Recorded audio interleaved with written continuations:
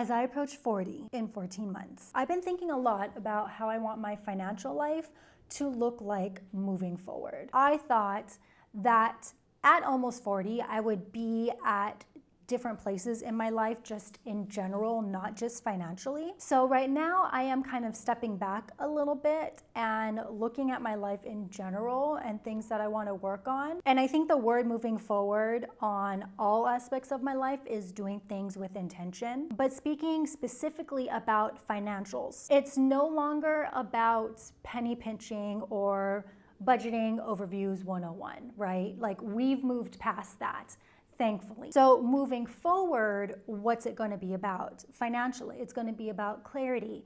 It's going to be about intentionality, and it's going to be about setting up for growth. So this is my plan for my financial glow up and what I feel like financially my life is going to look like moving forward. Before we start, I want to thank Monarch Money for sponsoring today's video, because I think a financial glow up before 40 is less about cutting costs and more about creating systems that actually support the life that I want to have going forward. Monarch is an all-in-one personal finance app that has helped me gain confidence and clarity in my finances. I started using Monarch a few months ago, not only based on reviews from people who are in this community, but also people in the financial community who I look up to. And it is really easy to use, so simple to set up. I've actually been able to customize my interface to where the first things that I see when I open my app are my net worth, credit score, and recent transactions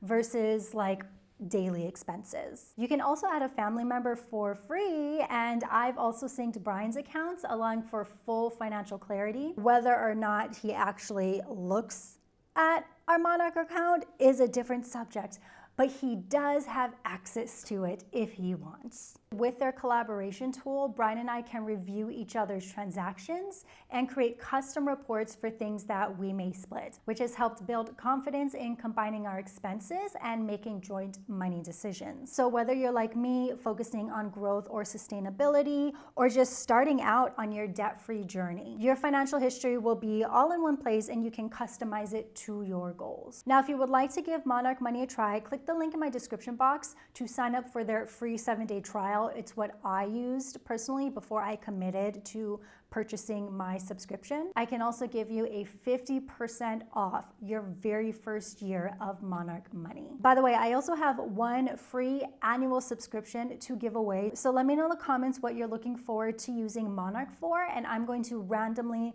pick a winner in the next few days, and I'll contact you in the comment section. Okay, so what does a financial glow up look like to me as I inch closely to 40? Which, by the way, I'm actually not afraid of turning 40 at all. I feel like every decade that I have aged, I feel like I'm becoming more myself. So I'm really looking forward to that aspect of it. I just wish moving up to 40, I was in a different place in my life in various aspects of it. So let's at least try to figure out the financials. So like all things financial, the very first thing we have to do is figure out what our baseline is. If you're not a Monarch member that has everything already in one place, you need to pull from all of your accounts, your savings, your checking, your debts, your investments. What is your net worth baseline? The very first time I did this was obviously 8 years ago when I was starting my debt-free journey, and I had a negative net worth of $200,000 because of all of my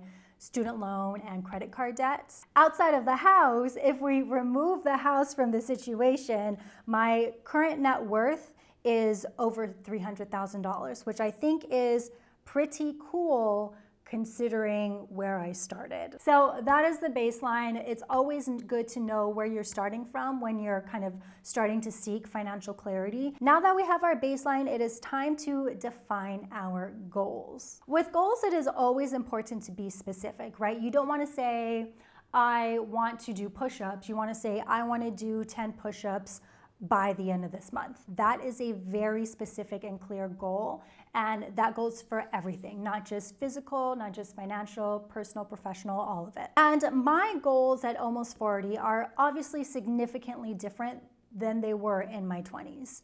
It's no longer about getting out of debt or cutting expenses by X amount of dollars every single month, but what can we do to start securing our future now so we're not scrambling later? And this is becoming more and more important as I'm speaking to older family members who are now admitting to me that they don't feel like they have enough to retire.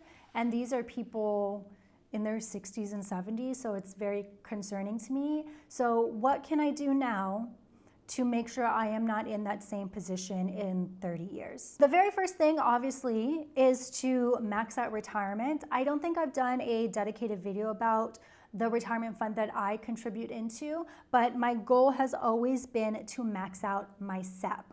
I contribute into a self-employed pension, and a max contribution into your SEP is either 25% of your income or up to $70,000. That's a lot of money. That is something that I have not even been able to get close to achieving, especially this year, but it's time to set goals and it's time to be specific. So I always try to put a certain percentage of my paycheck into my SEP. Obviously this year things have been a little bit different since my work has been incredibly slow. But I think that as long as I am gradually increasing that percentage number every year or every couple years, I'm happy with that. For 2026, I want to set the goal of contributing 15% of my income into a SEP. So it's not like a set number because my income is never set, but if I can contribute 15% of my income into a SEP every time I get paid, I think that will go a long way. And then hopefully over the years, that'll increase to 18%, to 20%, and then hopefully to 25%. Next, after figuring out what your baseline is, after figuring out what your goals are, it's time to, in my opinion, reframe budgeting. And it's all thanks to you all, because you're always kind of telling me in my comment section to reframe how I'm thinking.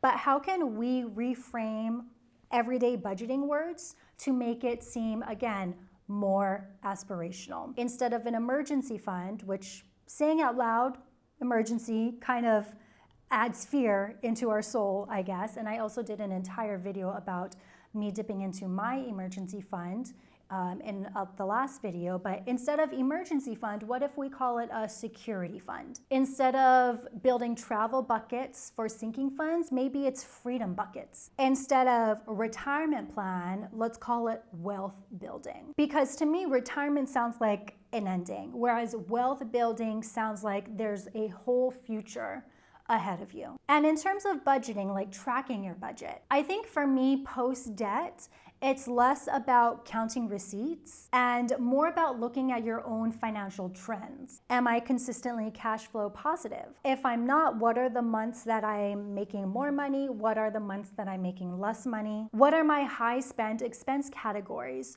for when I do have those slower months? I know exactly where I need to cut in order to still feel comfortable on those slow months. Budgeting this way, I feel like, is more about financial intuition. Isn't really the word that is right, I think, but it's the word I'm going to use. But basically, when you have been budgeting consistently for such a long time, I think there comes to a point where you don't necessarily have to budget every single day to know what's going on with your finances. So you're still aware of what's going on with your money, but instead of focusing on the micro, like instead of focusing on every individual expense, you're stepping back and you're paying attention to the macro. Next, let's talk about lifestyle alignment. So in terms of your security fund, are you consistently adding into that account to support your growing lifestyle? Do your insurance policies still cover what you need to be covered? Are your income streams sustainable as you age? Does your spending still align with your values? And I'm not just talking about your personal values, but your spending values as well.